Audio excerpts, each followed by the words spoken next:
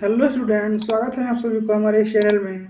तो आज हम पढ़ेंगे 12th क्लास हिंदी का तीसरा चैप्टर, जो कि बहुत इंपॉर्टेंट है हमारे बोर्ड एग्जाम 2026 में जो एग्ज़ाम होगा उसके लिए। तो हिंदी का हम लोग देखेंगे तीसरा पाठ का नाम है संपूर्ण क्रांति, जिनका लेखक हैं जयप्रकाश नारायण। आज इन्हीं के बारे में हम लोग डिस्कशन करेंगे कि जयप्रकाश नारायण कि मतलब लेखक का परिचय, जयप्रकाश नारायण के बारे में हम लोग कुछ जानेंगे। तो चलिए स्टार्ट करते हैं।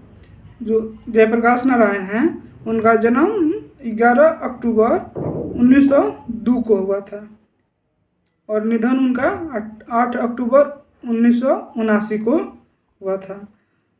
तो ये भी ऑब्जेक्टिव में क्वेश्चन आपको हम लोग करा दिए हैं, बट इसमें भी देख लीजिए, ऑब्जेक्टिव भी देगा कि जयप्रकाश नारायण का जन्म और निधन कब हुआ था, तो आप लोग इसको याद कर लीजिएगा।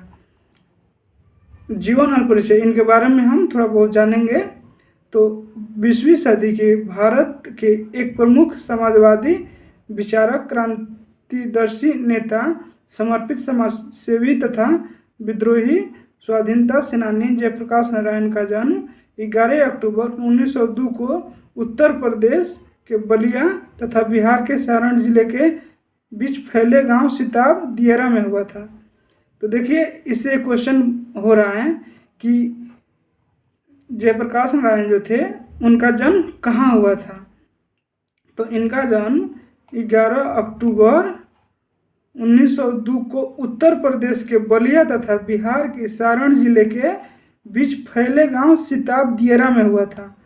देखिए, सिताब दियरा में हुआ था। इनकी माता का नाम फूलरानी एवं पिता का नाम हरसुदयाल था। ये भी क्वेश्चन आ जाएगा कि जयप्रकाश नारायण के पिताजी का नाम और माताजी का नाम क्या है। तो उनके पिताजी का नाम हर्षदयाल और माताजी का नाम फूलरानी था। तो आप लोग याद कर लीजिएगा। अपने जनपक्ष धरती के चलते इन्हें लोकनायक के नाम से प्रसिद्धि मिली। प्रसिद्ध गांधीवादी ब्रजकिशोर प्रसाद की पुत्री प्रभावती देवी इनकी धर्मपत्नी थी। तो ये भी क्वेश्चन आएगा कि उनकी पत्नी का क्या नाम है। तो उनकी पत्नी का नाम प्रभावती देवी है। इनकी प्रारंभिक शिक्षा घर पर ही हुई। इसके बाद इन्होंने पटना कॉलेज एट पटना में प्रवेश लिया। इसी दौरान गांधी जी द्वारा चलाए गए असहयोग आंदोलन से प्रभावित होकर इन्होंने शिक्षा बीच में ही छोड़ दी। 1922 में अमेरिका चले गए तथा वहाँ कैलिफोर्निया, बर्कले, विस्कॉन्सिन, मैडिसन आदि कई विश्वविद्यालयों में अध्ययन किया। यहीं इन्होंने मार्क्सवाद तथा समाजवाद की शिक्षा ग्रहण की। 8 अक्टूबर 1979 को इनका देवावसान हो गया। इसका मतलब इनकी मृत्यु 8 अक्टूबर 1979 को हो गया था, जो हम पहले ही बता दिए हैं। अब राजनीतिक सक्रियता के बारे में जानेंगे। 1929 में कांग्रेस में शामिल हुए तथा 1932 में सविनय अवज्ञा आंदोलन के दौरान जेल गए। वो 1932 में सविनय अवज्ञा के आंदोलन के दौरान जेल गए थे। कांग्रेस के अंदर ही उन्होंने कांग्रेस सोशलिस्ट पार्टी के गठन में अहम भूमिका निभाई। 1942 के आंदोलन में उन्हें विशेष प्रसिद्धि मिली। आज़ादी के बाद 1952 में उन्होंने प्रजा सोशलिस्ट पार्टी के गठन में योगदान दिया तथा 1954 में विनोबा भावे के सर्वोदय आंदोलन से जुड़े। 1974 में इन्होंने छात्र आंदोलन का नेतृत्व किया तथा आपातकाल के दौरान जेल गए। इनके मार्गदर्शन में ही जनता पार्टी का गठन हुआ। साहित्यिक रचनाएं। जयप्रकाश नारायण कोई साहित्यकार नहीं बल्कि समाजवादी स्वतंत्रता सेनानी तथा विचारक थे। फिर भी उन्होंने कुछ महत्वपूर्ण रचनाएं की। इन्होंने रिकॉन्स्ट्रक्शन ऑफ इंडियन पॉलिटी नामक पुस्तक लिखी। इसके अतिरिक्त इनकी कुछ कविताएं, निबंध तथा डायरी भी प्रकाशित हुई।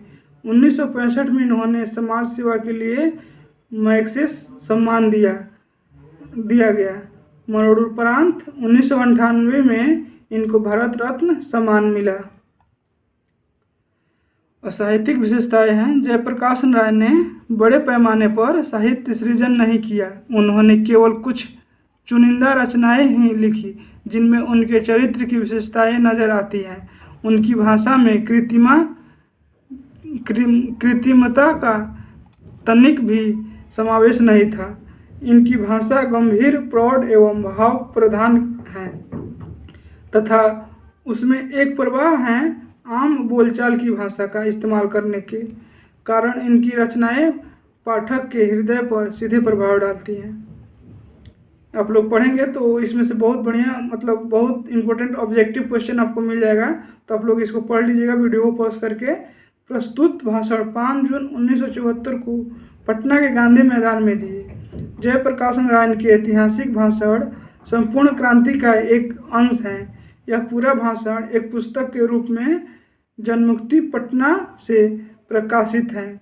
इस भाषण ने संपूर्ण देश में क्रांति की लहर दौड़ा दी थी। लोगों के हृदय क्रांतिकारी विचारों से धक-धक उठे तथा आंदोलन ने विराट रूप धारण कर लिया। पटना के गांधी मैदान में वैसी भीड़ इसके बाद आज तक इकट्ठी नहीं हुई और नहीं ऐसा प्रभावशाली जनवाद कायम हो सका। तो ये सब उनके बारे में थोड़ा बहुत जीवनी था। इसमें से आप लोग पढ़ेंगे तो ऑब्जेक्टिव क्वेश्चन मिलेगा, तो आप लोग इसको पढ़ के और ऑब्जेक्टिव याद कर लीजिएगा तो आपको एग्जाम में कोई दिक्कत नहीं होगा। तो आप लोग इसको पढ़ लीजिएगा।